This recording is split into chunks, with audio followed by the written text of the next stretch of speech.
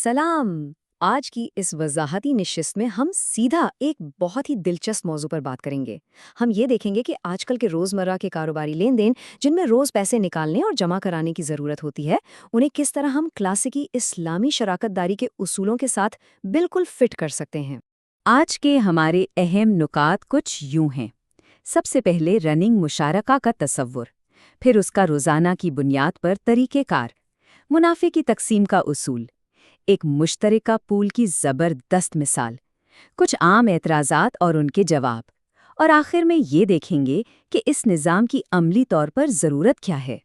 तो सबसे बड़ा चैलेंज क्या है?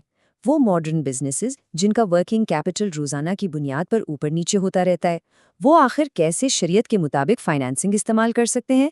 जाहिर है, उन्हें एक ऐसा सिस्टम चाहिए जो रोज़ाना की बुनियाद पर डिपॉजिट और विड्रॉल को मैनेज कर सके, वो भी सूद के बगैर। चलें सबसे पहले रनिंग मुशारका के बुनियादी तसव्वुर को समझते हैं। यहाँ रिवायती रनिंग फाइनेंस और रनिंग मुशारका का फ़र्क समझना बहुत ज़रूरी है। एक तरफ तो रिवायती तरीका है जो बिल्कुल सूद पर मबनी है, जिसमें फिक्स्ड रेट्स होते हैं और इससे कोई फ़र्क नहीं पड़ता कि कारोबार कैसा चल रहा है। और दूसरी तरफ हमारा रनिंग मुशारका है, जिसमें नफ़ा और नुकसान असल बिजनेस परफॉर्मेंस की बुनियाद पर शेयर किया जाता है। ये एक जीती जागती शराकतदारी है। अब सवाल ये है कि ये रोज़ाना की बुनियाद पर काम कैसे करता है। आइए इसके तरीक़ाकार पर आते हैं। इस मैकेनिज़्म के उसूल काफ़ी सीधे और शफ़ाफ हैं। मैनेजमेंट के लिए एक मखसूस फ़ीसद मुनाफा तय कर लिया जाता है और बाकी का सारा मुनाफा इन्वेस्टर्स के लिए होता है। लेकिन अगर खुदा न खास्ता कोई माली नुकसान हो जाए तो वो सख्ती के साथ सरमायाकारों के दरमियान उनकी इन्वेस्टमेंट के ऐन तनासुब से बर्दाश्त किया जाता है। इस तरह एक ज़बरदस्त बैलेंस कायम रहता है। ठीक है, तो अब मुनाफे की तकसीम के उसूल को ज़रा तफसील से देखते हैं। यहाँ एक बहुत ही कमाल का कॉन्सेप्ट इस्तेमाल होता है जिसे डेली प्रोडक्ट्स कहते हैं। चूँकि अकाउंट्स में बैलेंस रोज़ाना ऊपर नीचे हो रहा होता है, तो इस तरीके में इन्वेस्टमेंट के औसत रोज़ाना बैलेंस को ही शेयर कैपिटल मान लिया जाता है, ताकि फ़ी रुपया फ़ी दिन के हिसाब से मुनाफा निकाला जा सके। ये वाकई एक शानदार हल है। इसका हिसाब लगाने के 3 आसान कदम हैं। पहले, मुद्दत के इख्तिताम पर जितना भी कुल मुनाफा हुआ उसे कैलकुलेट करें। फिर उसे औसत सरमाए से तकसीम करें ताकि रोज़ाना का औसत मुनाफा निकल आए। और आखिर में हर सरमायाकार के फंड्स जितने दिन भी इस्तेमाल हुए उसे उससे ज़र्ब दे दें। इस तरह हर शख्स को बिल्कुल उतना ही रिटर्न मिलता है जितने दिन उसका पैसा असल में कारोबार में लगा रहा। अब इस पूरी बात को एक मुश्तरका पूल यानी जॉइंट पूल की मिसाल से समझते हैं। फर्ज करें पहले दिन 2 पार्टनर्स अलिफ और बे 1-1 लाख रुपए की शराकत पर मुत्तफिक होते हैं। दूसरे दिन पार्टनर बे सिर्फ अपने 50,000 रुपए से एयर कंडीशनर्स खरीद लेता है।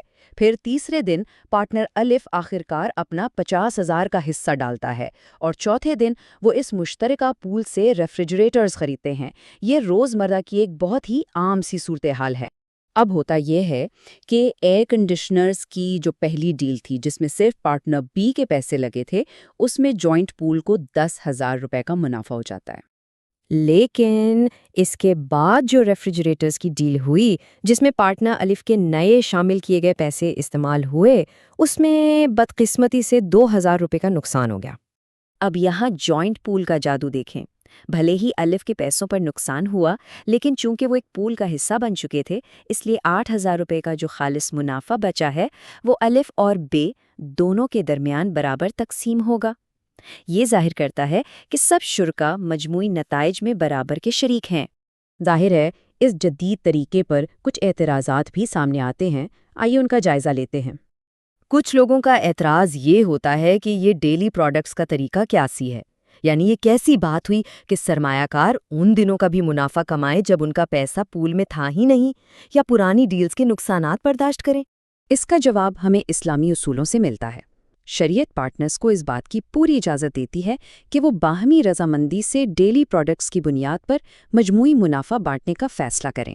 हदीस के मुताबिक मुसलमान अपनी बाहमी शराइत के पाबंद हैं, सिवाय इसके जो किसी हलाल को हराम या हराम को हलाल कर दे। तो बाहमी मुआहदे की बुनियाद पर यह बिल्कुल दुरुस्त है। आखिर में देखते हैं कि अमली तौर पर हमें इस निज़ाम की ज़रूरत क्यों है। دیکھیے، جدید بینکنگ میں روزانہ کی بنیاد پر بے شمار ٹرانزیکشنز ہوتی ہیں، پیسہ مسلسل اور جا رہا ہوتا ہے۔ اس کے لیے ہمیں ایک لچکدار اور فوری اکاؤنٹنگ کا حل چاہیے۔